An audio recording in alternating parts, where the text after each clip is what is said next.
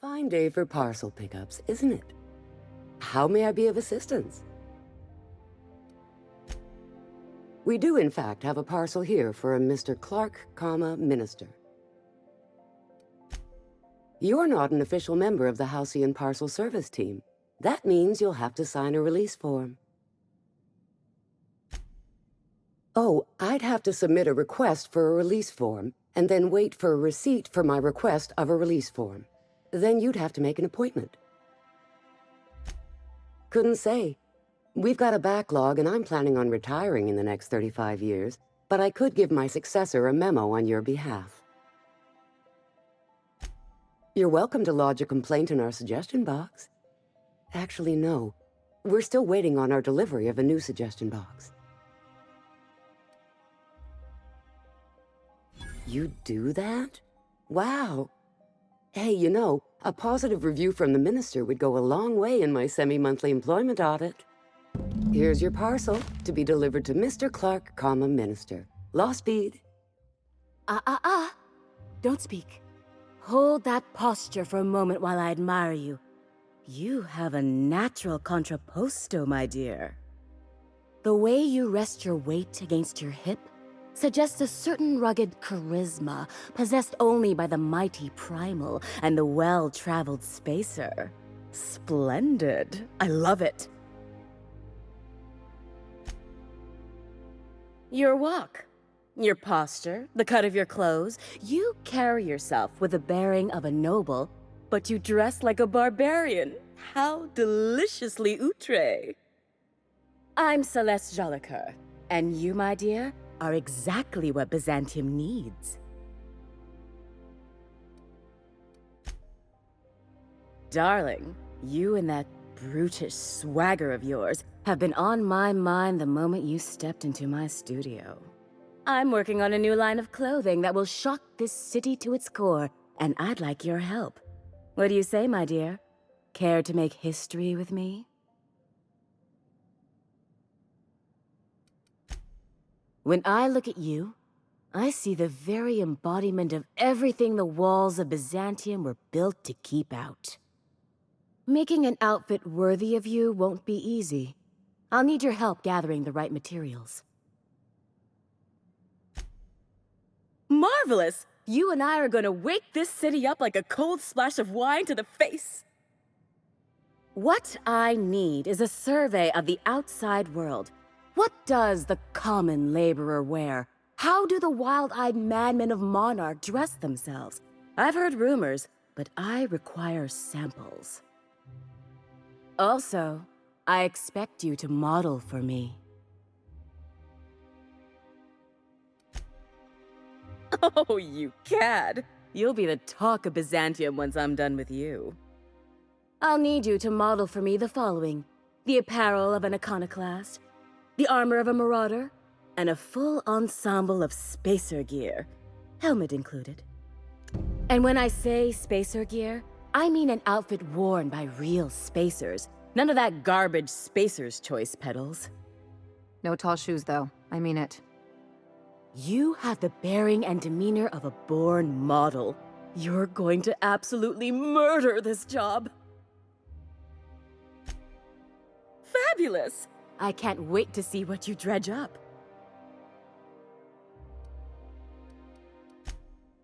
If I were an enterprising spacer in need of a wardrobe, I'd probably head to the Groundbreaker. For you, anything. Outside Byzantium? Of course not. There's nothing for me outside Byzantium. Yes, and I'm terribly grateful you've agreed. Look, darling, I don't belong outside Byzantium any more than a fish belongs on the land. Anyway, I'm quite certain Byzantium wouldn't last 3 days without me. I'd return to a smoking ruin of hideous fabrics and mismatched colors. Byzantium has lost its élan vital. Everything about this city is so dreadfully stale. I want to make people uncomfortable the way you do. You're an outsider. You clearly don't belong in Byzantium, and yet you strut about, doing as you please. I'm not some common buttonmonger, darling. I'm an artist. It's my job to make you uncomfortable. You're very welcome. You don't gotta be so forward about my reasons, Captain. Let me get a good look at you. Turn around, please, darling. My word, such muscular shoulders. You're a vision, dear. I am no such thing, ma'am. Nonsense, you're absolutely lovely. Chin up now. I have just the thing for you. Let me do a back-of-the-envelope calculation. Materials, labor, licensing and copyright. There.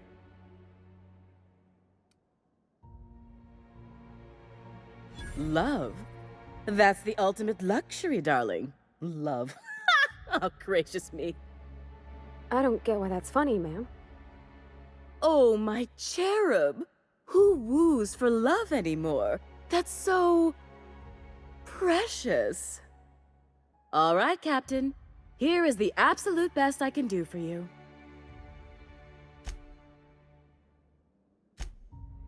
Darling, do I look like an amateur? I read her measurements by eye. And don't you ask, because they're no one's business but her own.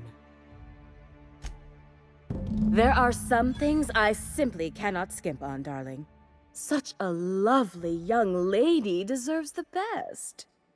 Now stand back. Back! I'll enter the settings and get these machines spinning.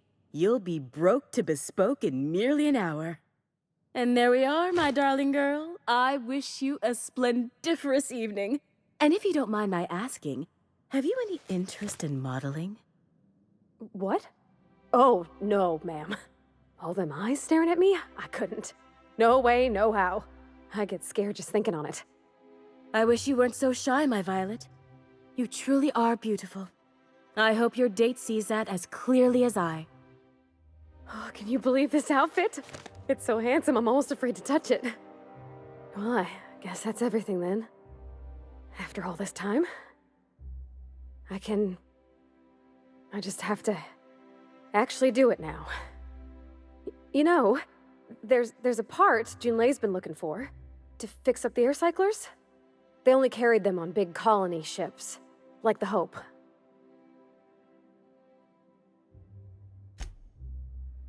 I know. For a while, it felt like everything I did was a little bit of help.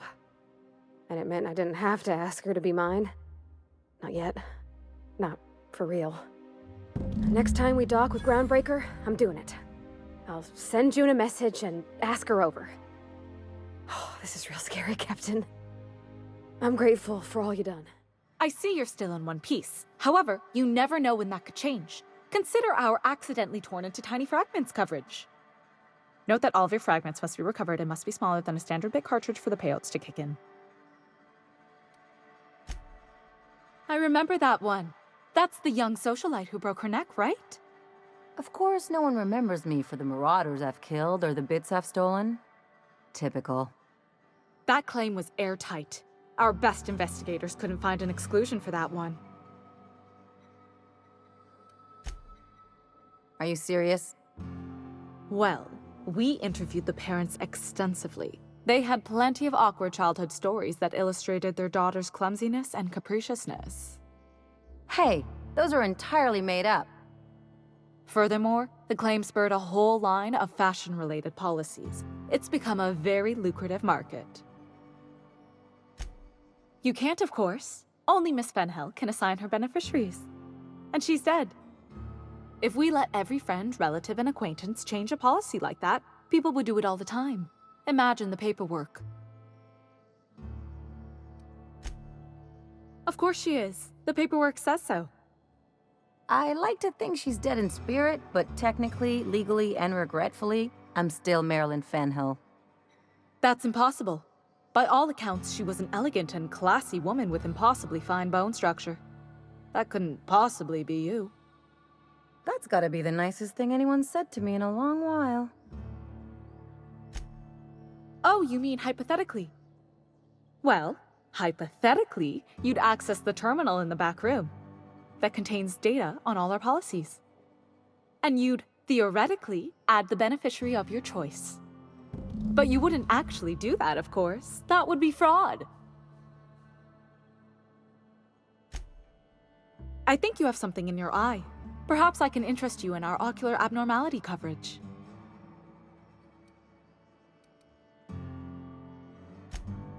That's for the best. You really did it. Give these payouts a few years and I'll be rolling in it.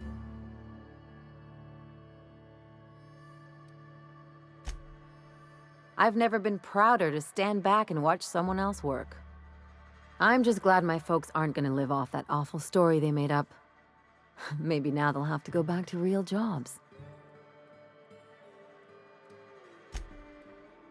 Come on, I thought we were celebrating. You want me to think about the future? If only you could have been my chief surgeon back in the day. Anyway, enough of that. You did a job for me, so here's your fee. Don't make it weird. Even you've got to be in it for the money now and then. Why else would you go through all this trouble? You sure? Because my kind of friends will pick your pocket clean while they're getting hammered with you.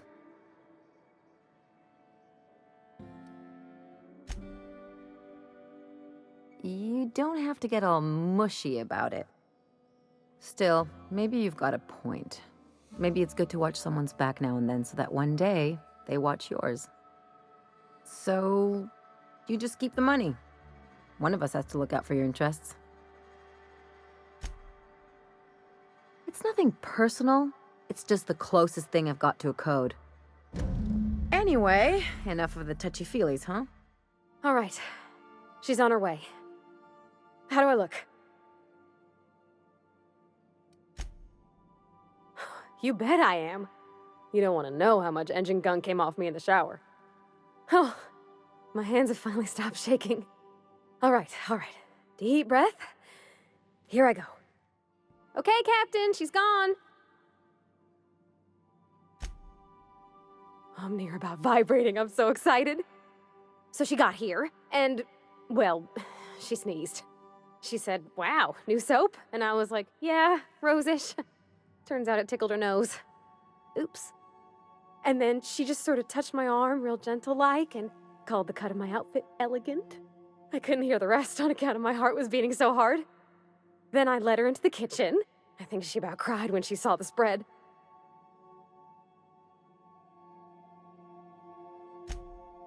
She stood stock still and just said, "Oh, real soft." Oh, and let me tell you, I was sweating. And then she blinked and said, "Is that dustback casserole?" I told her how we got Mr. Raymond to bake it for us, so it was double authentic. Made by a real live monarch person. Well, we talked a bunch over dinner about the things we learned just through messages, stuff we repaired, how I taught her to salvage and she taught me to build. When I brung out the sweetheart cakes, June, she got a little teary, said she had a thing she needed to say. But I stopped her because I wanted to say it first. I never felt so bold, Captain. I told her about how she made me feel. Bold like I acted, strong, smarter and kinder than I am on my lonesome. I listed all the things I liked about her. And then she pulled out a paper and read a speech. She talked about the things she admired about me, like my cleverness and my humor, and how it made her want to be more open. Anyhow, when she wrapped up, I asked her to be my girlfriend. And Captain, she said yes! And then she sneezed again, on account of the flowery soap. We talked about it some. I told her I wasn't sure how it'd work, how I've had a bad time of it in the past. She said we'll take it as it comes. Fix things together. Share meals, talk. Maybe she could rub my shoulders when they're sore. I said I might like that. It's all on your account, you know. Imagine if you'd never taken me out of Edgewater. I'd have never met Junlei at all.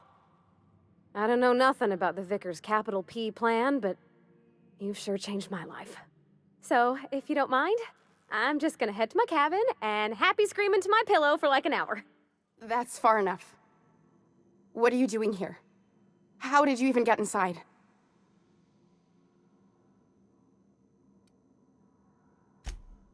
You're in my house, and I'm not fucking around. Start talking. Hagen. I've never heard of her. Is she from the board? Damn it. I knew this would happen. To keep me quiet. But if you didn't know that, I'm guessing they didn't send you. The effort they put into killing their own people. They ought to redirect that toward, I don't know, actually helping out once in a while. I always assumed they would put a bullet in my head one of these days. I don't know anyone named Hagen.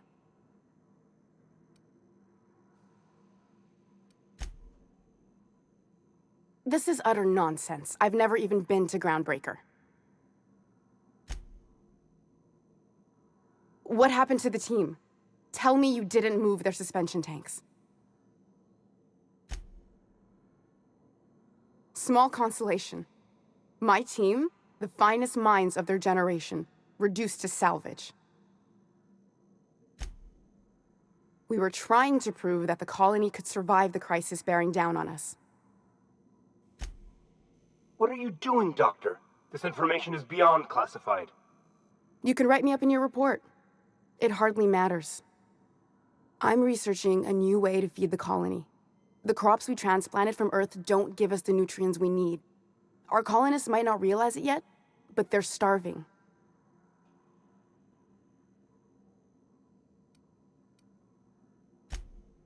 It seems I have you to thank for my current house guests.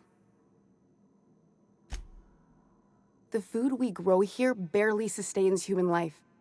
The colony won't last under these conditions. So, the board let me approach the problem from a different angle. I believed that I could adapt humans to live on Halcyon's terms. That I could change us. Give us the ability to derive sustenance from the nutrients the food does have.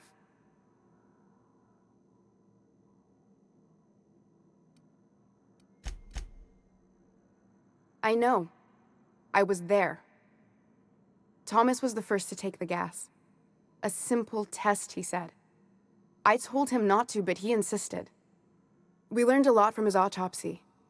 Enough that we could try it on each other and know when to stop. No one else died. I must find a cure so his sacrifice isn't in vain. I wouldn't allow us to experiment on convicts or the unemployed. It's wrong, no matter what the law says. Everyone agreed. We accepted the risks. I'm desperate. I've already asked all the best institutes on Earth for help. Years ago, we sent a message out on the Cornelius Vanderbilt, but heard nothing back.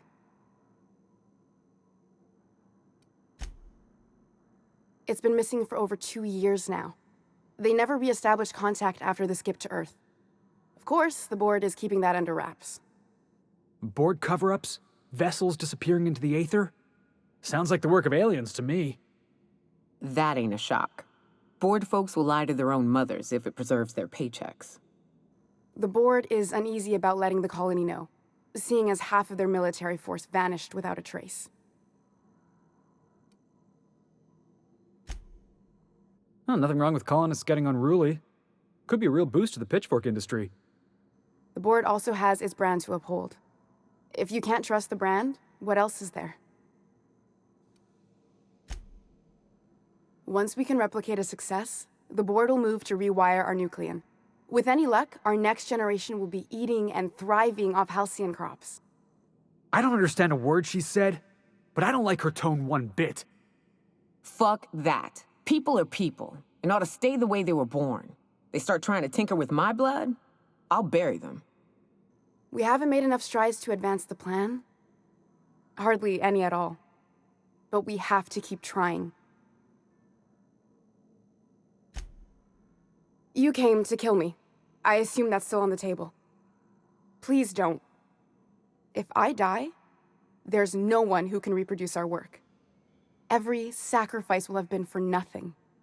And we'll be no closer to a solution that feeds the colony.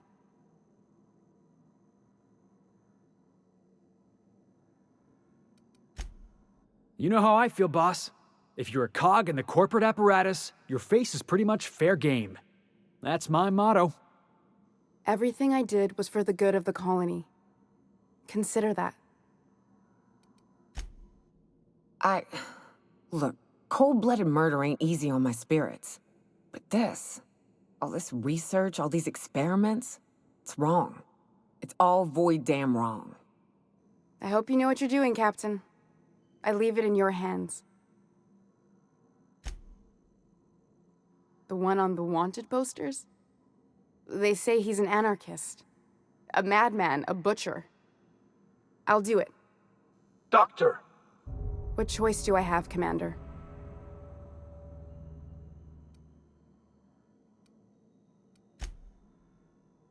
What kind of scientist would I be if I held to a promise like that? I need to get out of here. Phineas can contact me when he's ready to work together. For now, I'd better pack up the lab and head somewhere discreet. Not so fast. Captain, what you just learned is beyond your clearance. Hell, it's beyond mine. Give me one reason why I should let you walk out of here alive.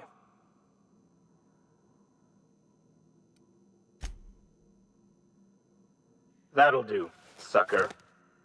Now move along. The doc has a lot of work ahead of her. Tidying up and such.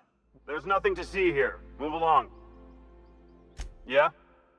Let's see it. Looks like your papers are in order. All right. Go on through. You're not one of my guards. What are you doing here? I don't know if I trust this so-called minister fella, if that is his real name. If this is about another Aetherwave clip or radio spot, you may kindly fuck off, as the parlance goes. I'm not doing any more. Slowly and loudly, Aloysius, it's the only way these morons understand anything. I said, you may tell Charles to go fuck himself. Then you're not part of Rockwell's PR team. That means you're a dissident? A real live dissident? Finally! High time we got the recognition we deserve. And so affable. Why, you're nothing like the crazed hooligans the board loves to caricature. But what are you doing here? And how did you get in? My friend, the slightest demonstration of independent thought or action renders one a dissident in the board's rather expansive definition of the term. Which is why I'm dying to know what brought you here. Drugs, of course. What else? Why did I get my hopes up? Back to idiot speak. I don't have any drugs. You should try a vending machine or a purveyor of curative goods. I ain't buying it, boss. I said we check him for drugs. Will that be all, then?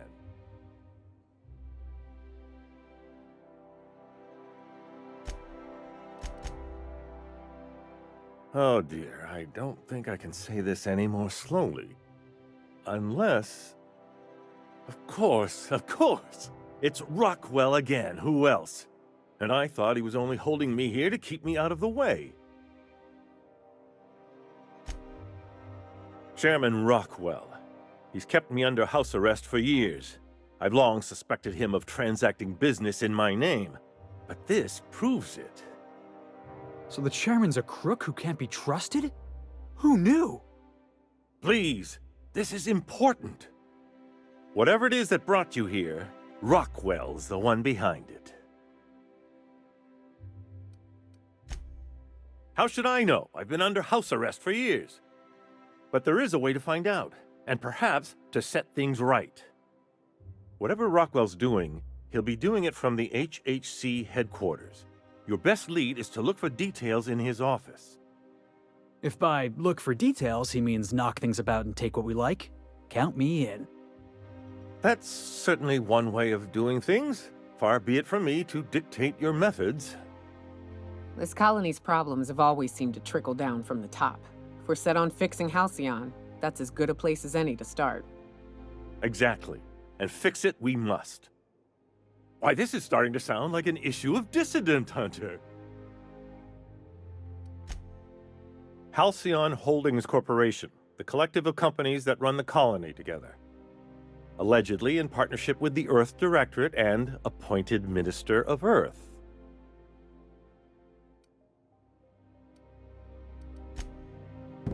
Via the Acropolis District, of course. That's where the most important corporate and government facilities are.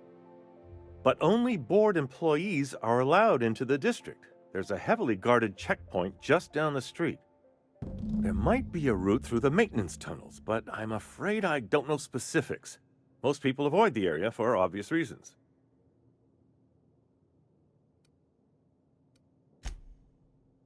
When you reach the HHC building, this access card should get you up to the executive suites, where the chairman's office and what used to be my office are. Oh, I haven't been allowed up there in years. I shudder to think what Rockwell's done with the place. A gilded minibar, perhaps? A personal theater. The man has too much money and too little sense. Wait! Rockwell has one of the only terminals capable of transmitting to the Earthbound message drone. This is our chance. Please, take this and transmit it from his office. Rockwell hasn't given me any messages from Earth for years. He's desperate to keep me out of contact with the Earth Directorate. But they need to know what's happening here. What isn't on it is the real question. I've gathered meeting minutes, internal messages, sustainability reports, and more, all exposing the corruption and mismanagement plaguing Halcyon. Once the rest of the Earth Directorate sees it, they'll have to send help. You're telling us you gathered up a whole mess of evidence on the board's corruption. How big is this cartridge again? Large enough, I assure you. That's why you must transmit the data to the Earth Directorate and hope for their speedy intervention. Depending on the nature of their response, months at least, perhaps years. Organizing and sending personnel all the way out here is no mean feat.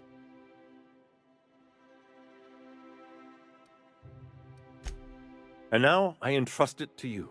Good luck, and trust no one in the Acropolis District. What a pleasure! I haven't had this much company in quite some time. I dearly hope I'm not imagining this.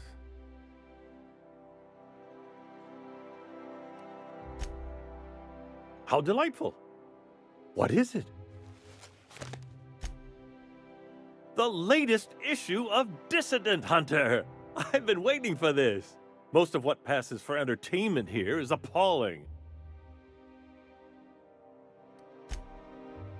Haven't you heard? Chairman Rockwell and I are on a goodwill tour of the colony as we speak. Except for the bit about my suddenly coming down with stomach flu last year. That truly happened.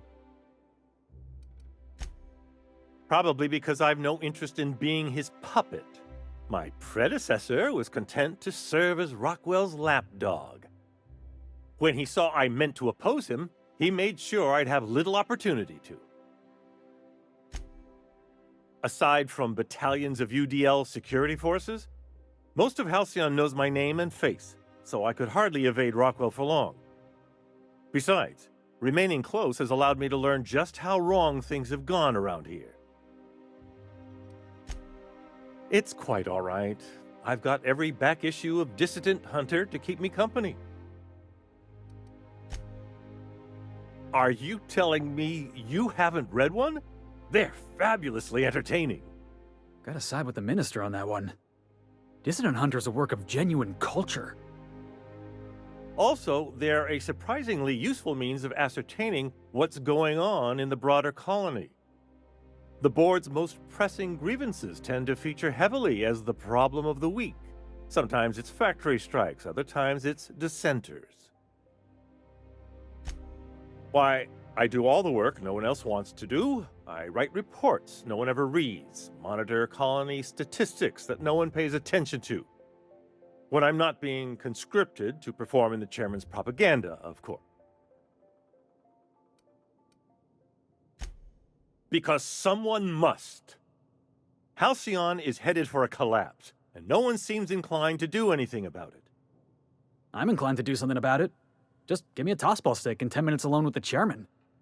A fine thought, but I'm afraid you underestimate how deep these problems run, and how long they've persisted. Please step away. This entry is for high-priority HHC business only.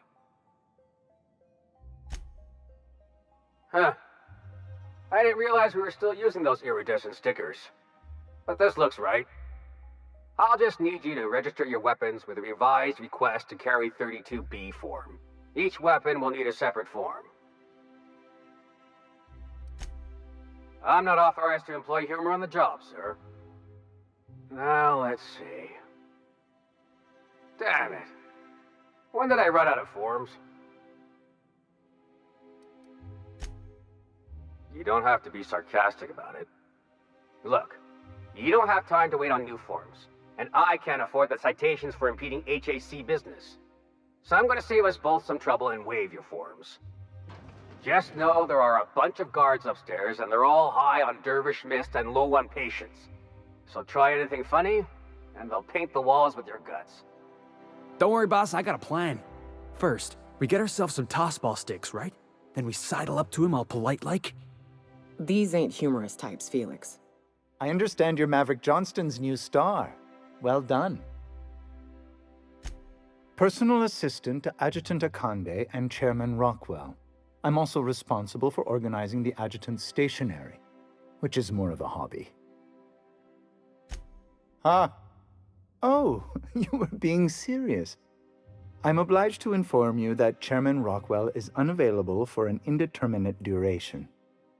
Will there be anything else? Good afternoon. I'm Chairman Rockwell, and I'm here to address a serious issue facing us. As you all know, our colony has been successful beyond our wildest dreams. Unfortunately, we've recently discovered that our food supply will not be able to sustain Halcyon's population in the long term. Everyone will die.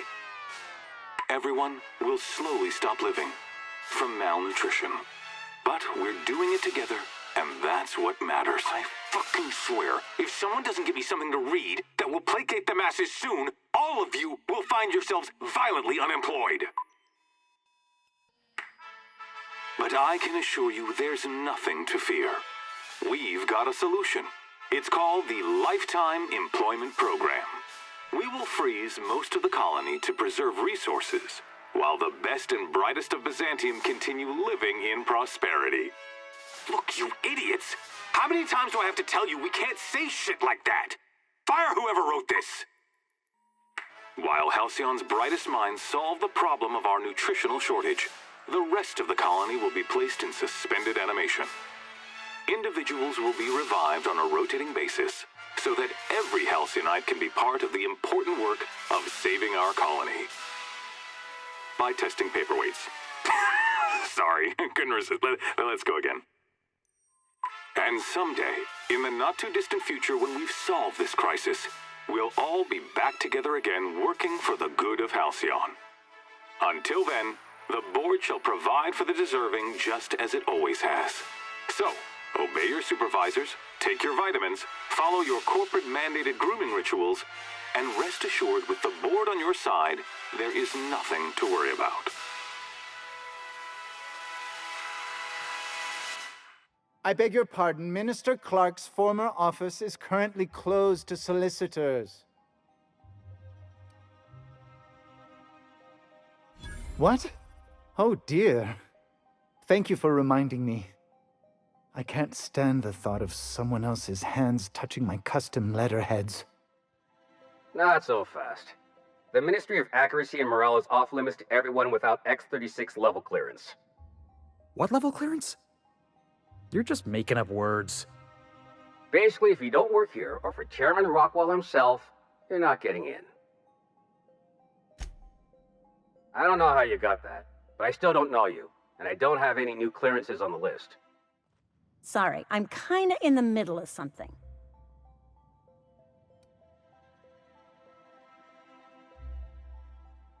Oh. Oh. You know, I always have time for sprout mitochondria, as well as charming men who can appreciate the finer points of cell biology.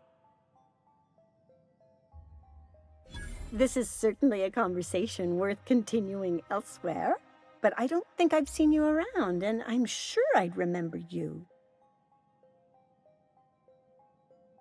In that case, I can get you into the lab. Consider it a favor you can repay later. Follow me. You have a message from Adjutant Sophia Akande. No one ever looks quite the same in person as they do in my reports. And my reports of you have been exceptionally thorough. You've had quite a career.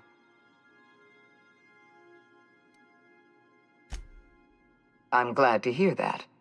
This may come as a surprise, but I happen to enjoy your work.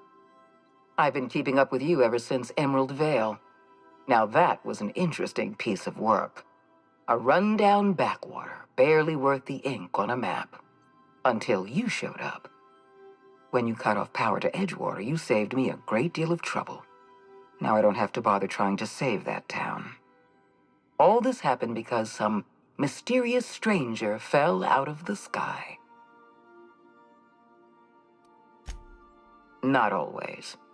For the longest time, I could never be sure if you were on our side or against us. You should be back on the Hope, frozen in a hibernation chamber. Yet here you are, flying about in a stolen ship, leaving a trail of paperwork in your wake. The board doesn't know what to make of you. But I do. I've seen your potential.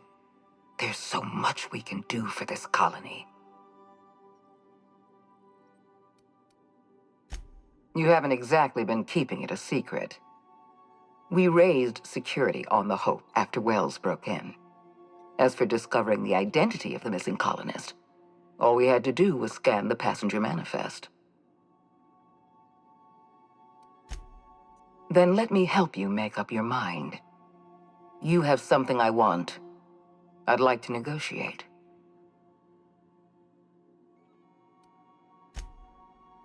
I'm not here to talk about stolen chemicals. I'm after something far more valuable. Your cooperation. Phineas Wells is wanted by the board. I want to convince you to turn him in to us. He has a litany of charges against him. Vandalism, illegal experimentation, sedition. I could go on. Wells is a dangerous madman. His plan is going to endanger everyone in Halcyon. He's an obsessive psychopath. And he's using you. You're in contact with Wells. I want you to send us a tracing signal from his communication terminal.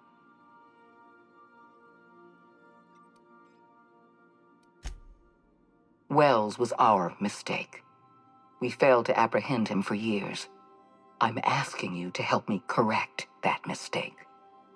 I'm sending you my access code. Contact me from Wells's terminal. When you're done, come speak to me in my office. Adjutant Akande's call has been terminated. Will there be anything else, Captain? If we wanted the board's attention, we got options. Piracy, vandalism, maybe some light arson. We want to put some fear in the board, right? Get him scared of us.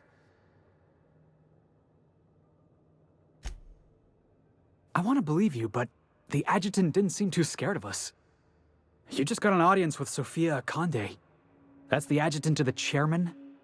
You sure we should be trusting her?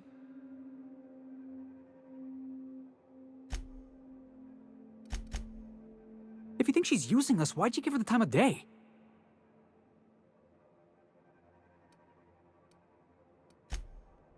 You got some secret plan to double-cross the board? I knew it! Sorry, I probably shouldn't have said that out loud. I know we're freelancers and all. We take work where we can find it. But we gotta be vigilant, you know? This is how the board gets you. A job here, an errand there. Before you know it, you're calling him sir and ma'am. Just trying to watch out for you, boss. I appreciate your time. Let's get back to it. I've kept Myself busy in your absence, optimized my formula. I'm now confident I can revive the remaining colonists. All I need now is the dimethyl sulfoxide. I'll take as much as you can give me.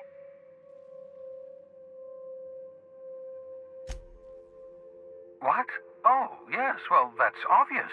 Anyone with 2 working labs can see this colony's slouching toward oblivion. Why do you think we've been doing all this? I revived you to help me save Halcyon from annihilation. Hold on. Let me see if I understand this correctly. You're saying that Halcyon's on the brink of total collapse, and the chairman's plan to save all of us is to save himself?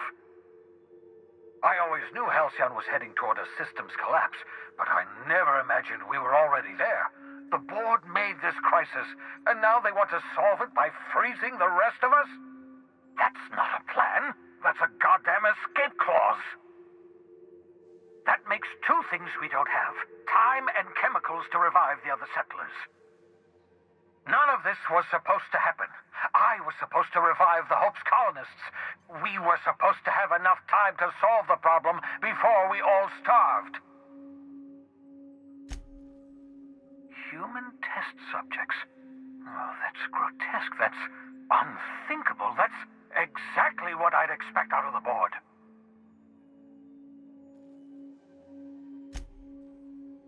Damn, that's not enough. Not nearly enough for the whole ship.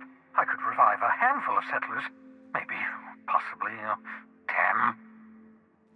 We're out of time. We're out of chemicals.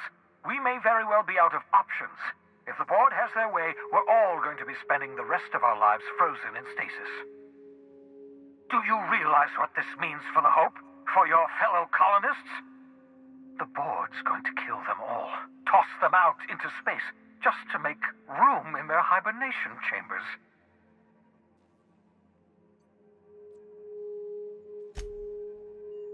Short of lining up every member of the board and shooting them in the back of the head. Do you know what's waiting for us on the Hope? Scientists, engineers, artists, the brightest minds Earth ever sent us, uncorrupted by the board. The board's going to dispose of them all and transform the Hope into a prison for the rest of us. They're likely on their way to the Hope as we speak.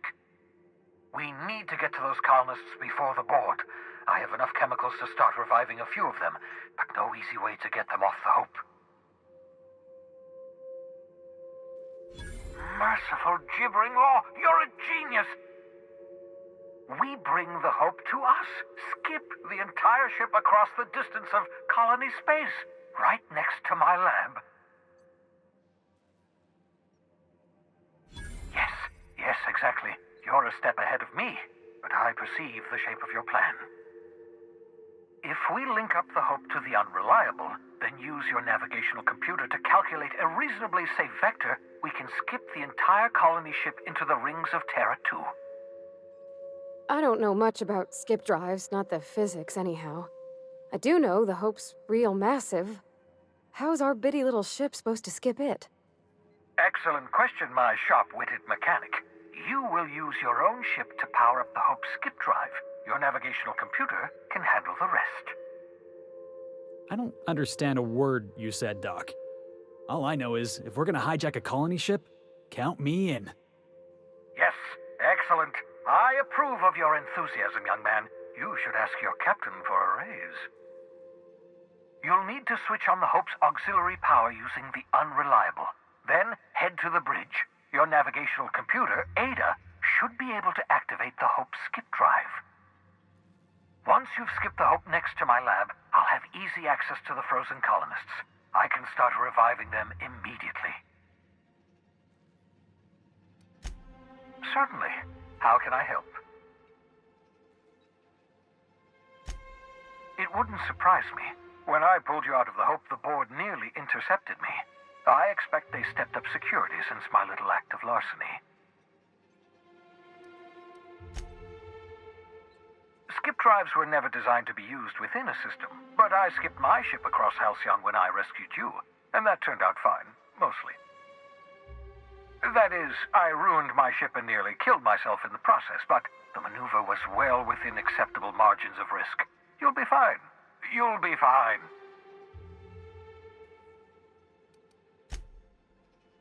Unlikely. The Hope is as massive as the Groundbreaker, but compared to the rings of Terra 2, positively minuscule.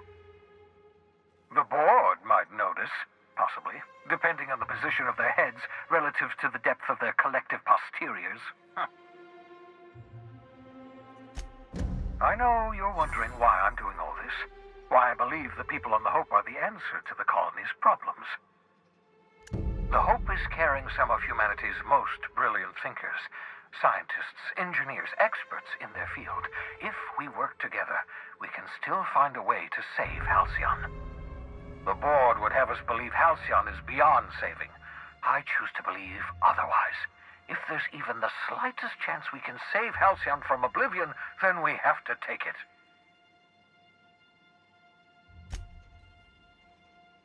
You absolutely should.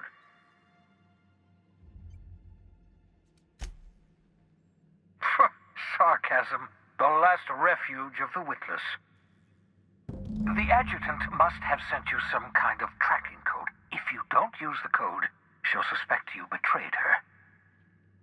I think you should use the code and send a corrupted tracking signal. That should buy me some time.